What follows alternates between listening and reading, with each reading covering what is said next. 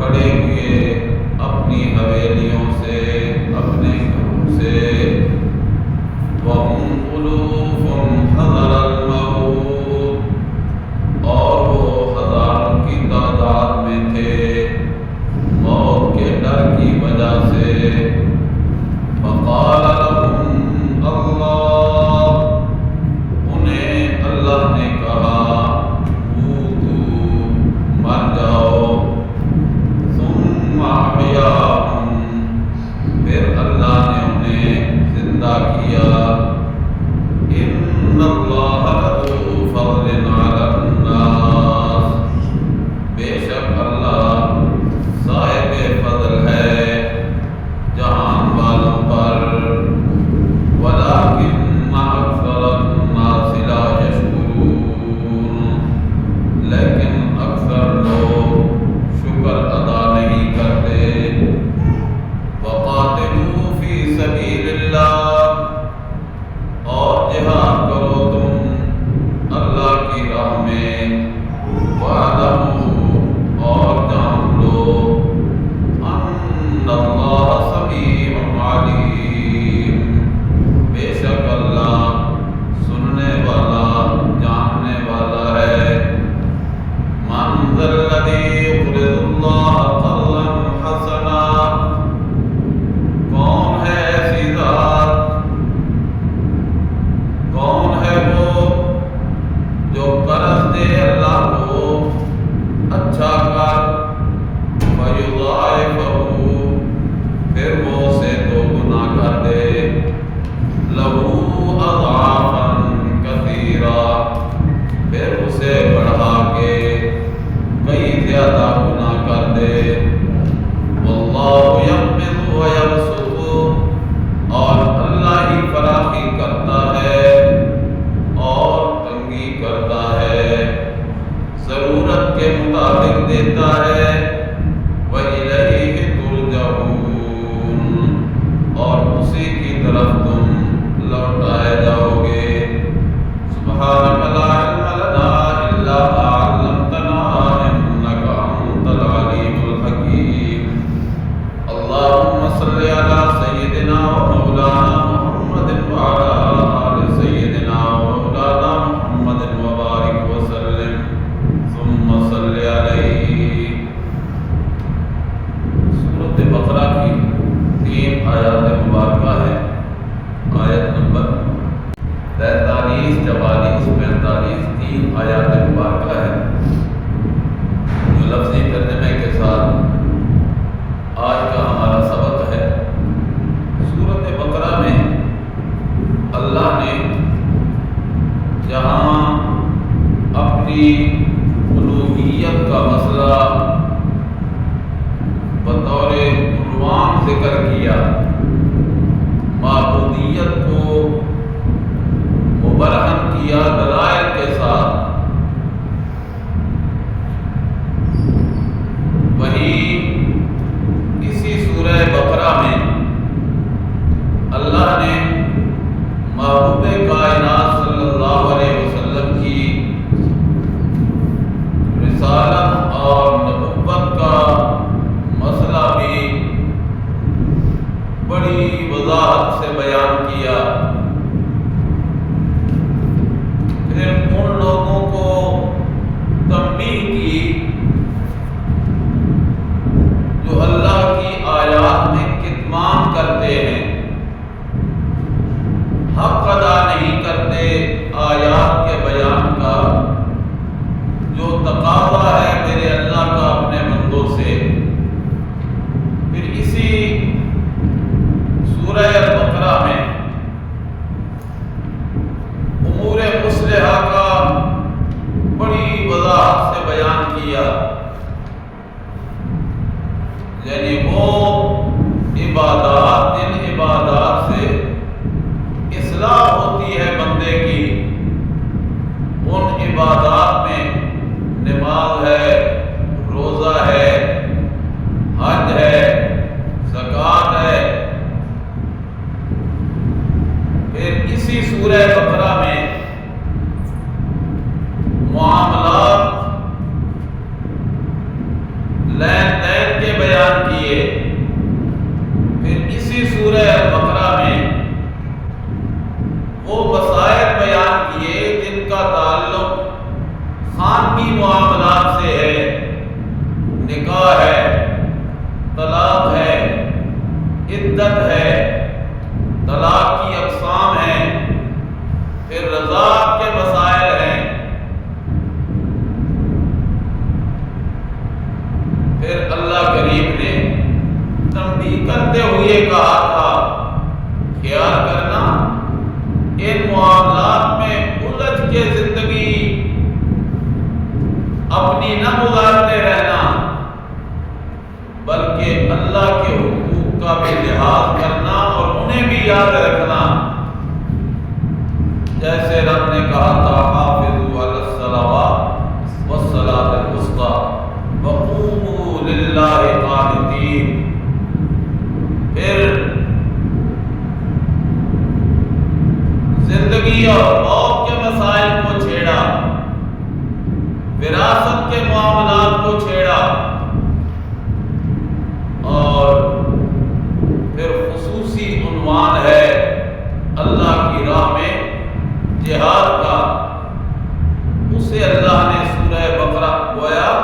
سورۃ بقرہ پورے قرآن کریم کے مضامین کو اپنے اندر سمیٹے ہوئے ہے۔ بعض مسائل تفصیلاً ہیں اور بعض مسائل اجمالاً ہیں، مگر سورہ بقرہ ہے۔ جب جہاد کی بات آنے لگی تو اللہ نے ان لوگوں کا بھی تذکرہ کیا تھا جنہوں نے اپنے آپ کو پیش کیا جہاد کے لیے اور پھر بہادری کے جوہر دکھائے، اور ان کا بھی تذکرہ کیا جنہوں نے جہاد کو اپنے لیے موت کا پیغام سمجھا اور خیال یہ آنے لگا کہ اگر ہم اس راستے پہ نکل کھڑے ہوئے تو پھر مر جائیں گے۔ اللہ نے فرمایا کیا اگر نہیں جاؤ گے تو پھر بچ جاؤ گے؟ موت نے تو آنا ہی آنا ہے، اس لیے کہ یہ تو رب کا اٹل فیصلہ ہے کہ جس نے دنیا میں قدم رکھا اس نے ایک نہ ایک دن جانا ضرور ہے۔ اللہ نے تذکرہ کیا سابقہ اقوام میں سے ایک قوم کا کہ جب انہیں خبر ملی کہ یہاں تو باتیں جہاد کی ہو رہی ہیں، نکل کھڑے ہوئے وہاں سے۔ یا بقول بعض مفسرین وبا پھیل گئی،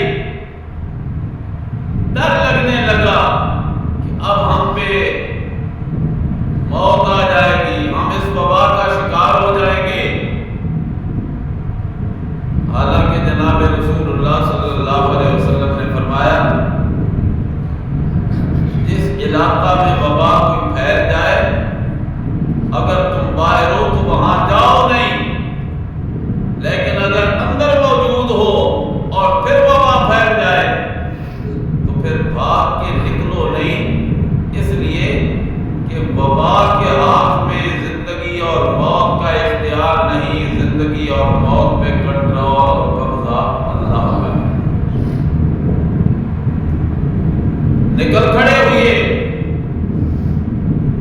اس ڈر کی وجہ سے کہ اگر یہاں رہتے ہیں تو مر جائیں گے، اور کوئی 1 2 5 10 100 2 نہیں، اللہ فرماتے ہزاروں کی تعداد تھی، گئے پہاڑی دروں میں جا کے چلے گئے۔ جب وہاں پہ پہنچے اللہ نے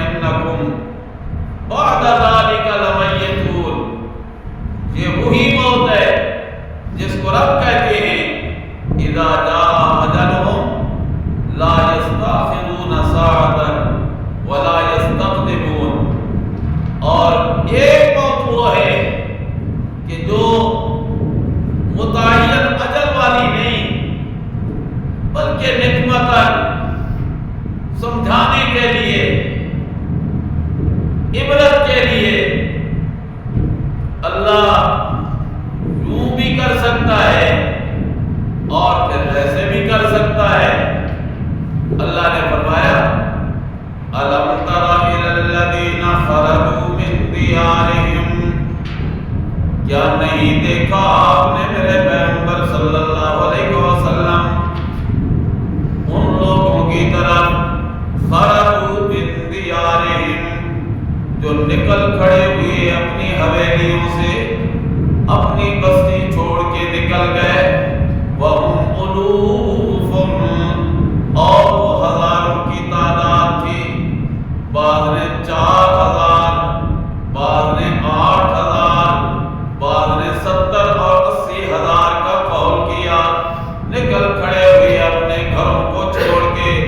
اللہ کیوں نکلے جا رہے ہیں؟ اللہ فرماتے ہیں حذر الموت، موت کے ڈر کی وجہ سے طاعون کی بیماری آ گئی، گلے پہ گلٹی نکلی اور موت کا شکار ہونے لگ گئے۔ اپنے آپ کو موت کے ڈر کی وجہ سے بچانے کے لیے نکل کھڑے ہوئے اپنی شہر اور اپنے گھروں سے۔ اللہ فرماتے الم تارا، کیا نہیں دیکھا آپ نے؟ یا اللہ دیکھتے کیسے جب کہ میرا تو وجود دنیا میں آیا ہی نہیں تھا، ابھی محبوب کائنات صلی اللہ علیہ وسلم کی ولادت طیبہ ہوئی نہیں تھی، آپ کی مبارک پیدائش نہیں ہوئی تھی، آپ کو نبوت کا پیغام ابھی نہیں ملا تھا، اور دیکھتے کیسے جب کہ آپ دنیا میں آئے نہیں تھے۔ اللہ فرماتے ہیں الم تارا، میرے محبوب پیغمبر اگر کوئی اپنی آنکھوں سے دیکھنے لگ جائے، اس کی آنکھوں کے سامنے کوئی واقعہ رونما ہو جائے، وہ اتنا پکا نہیں ہوتا، اتنا یقینی نہیں ہوتا جتنا اللہ کی طرف سے آئی ہوئی وحی والی بات یقینی ہو۔ الم ترى الم تعلم، جب وحی آ گئی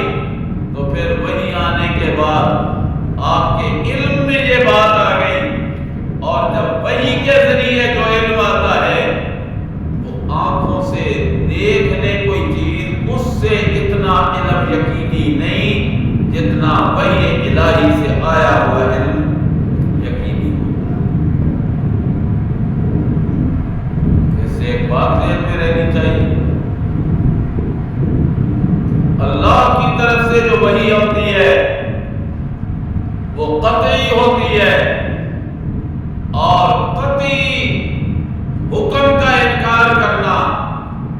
انسان کو ایمان کے دائرے سے نکال کے کفر کی حد میں پہنچا دیتا ہے۔ فرمایا الم تارا، کیا نہیں جانا؟ موت کی ڈر کی وجہ سے نکلے اور گئے پہاڑی دروں میں چلے گئے، اللہ نے نقمتاً تنبیہاً انہیں حکم دے دیا، یعنی اعلان ہونے لگا، اللہ کی طرف سے ندائی موتو، مر جاؤ۔ اور اللہ کی ندا جب آ جائے تو اس کو مانے بغیر کسی کا چارہ نہیں، وہ تو فیصلہ ہے۔ اس لیے کہ سورہ یاسین کی آخری آیت میں رب کہتے ہیں انما امرہ اذا اراد شیئا ان یقول لہ کن فقال لهم اللہ موتوا، اللہ نے کہا مر جاؤ، سارے کے سارے مر گئے، دن 7 گزر گئے، 8 گزر گئے، اور بعض نے کہا زیادہ وقت گزر گیا، لاشیں ساری خراب ہو گئی، بستی والوں کو پتہ چلا کہ نکلے تو یہاں سے تھے مگر وہ تو ساری لاشیں پڑی ہوئی ہیں، وہ وہاں سے نکلے ان کو تدفین کا عمل کرنے کے لیے کہ ان کو جا کے کہیں کفن دفن کا انتظام تو کریں۔ نکلنے والے اس نیت سے نکلے، اور ادھر سے اللہ کے پیغمبر حضرت حزقیل علیہ السلام کا گزر ہوا۔ انہوں نے جب ان کو دیکھا تو حیران ہو کے کہنے لگے اللہ عجیب معاملہ ہو گیا، اتنی اکٹھی ہزاروں کی تعداد میں موتیں آ گئی، اب ان کو کیسے کوئی سنبھالے گا؟ یا اللہ اگر تو ان کو زندہ کر دے، یہ اپنا قدرت کا اعجاز اور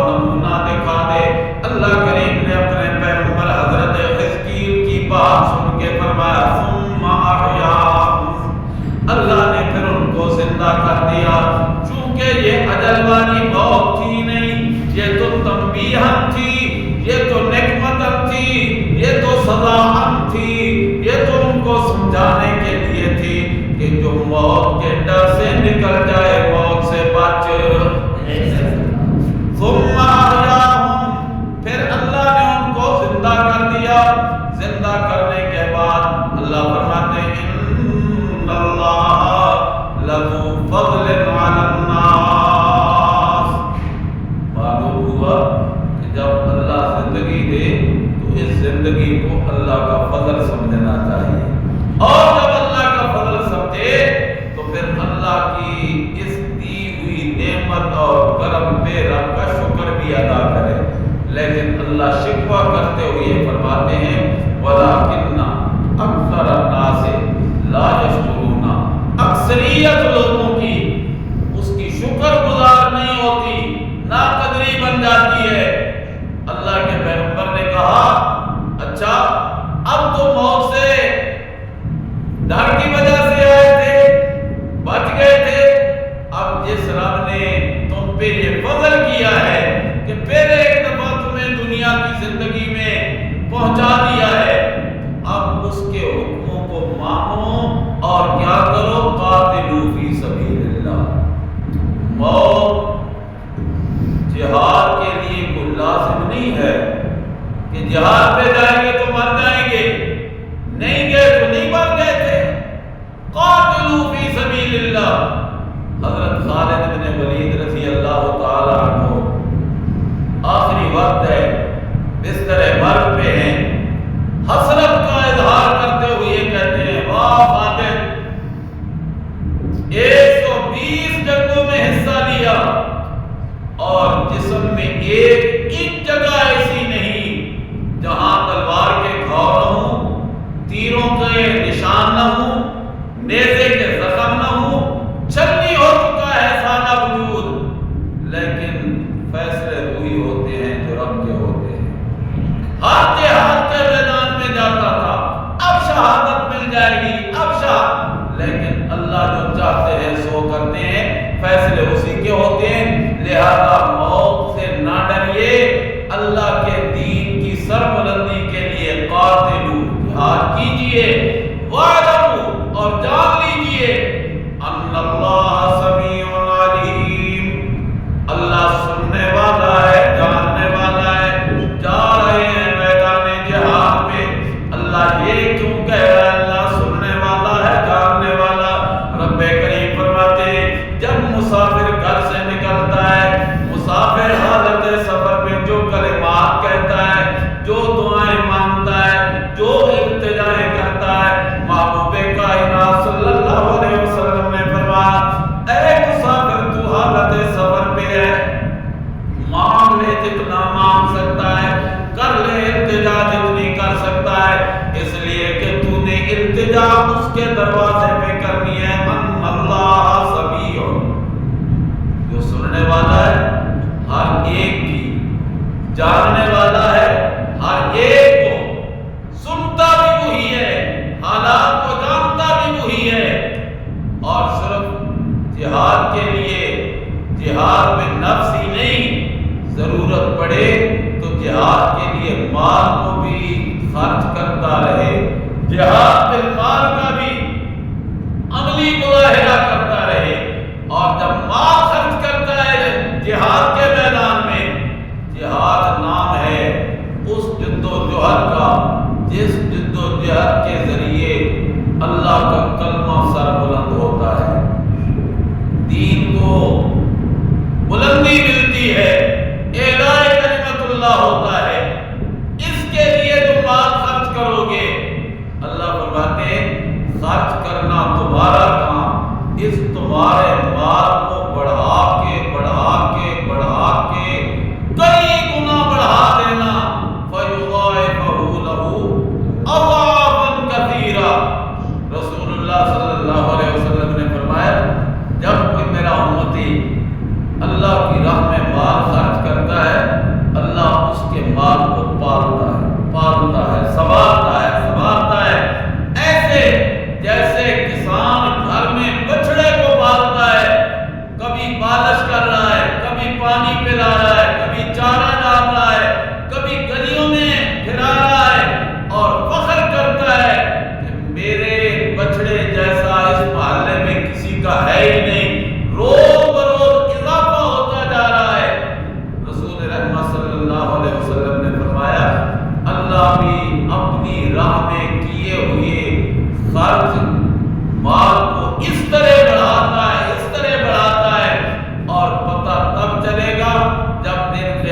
کہ یہی خرچ کیا ہوا مال اس بندے کے جنت میں داخلے کا سبب اور ذریعہ بن جائے گا۔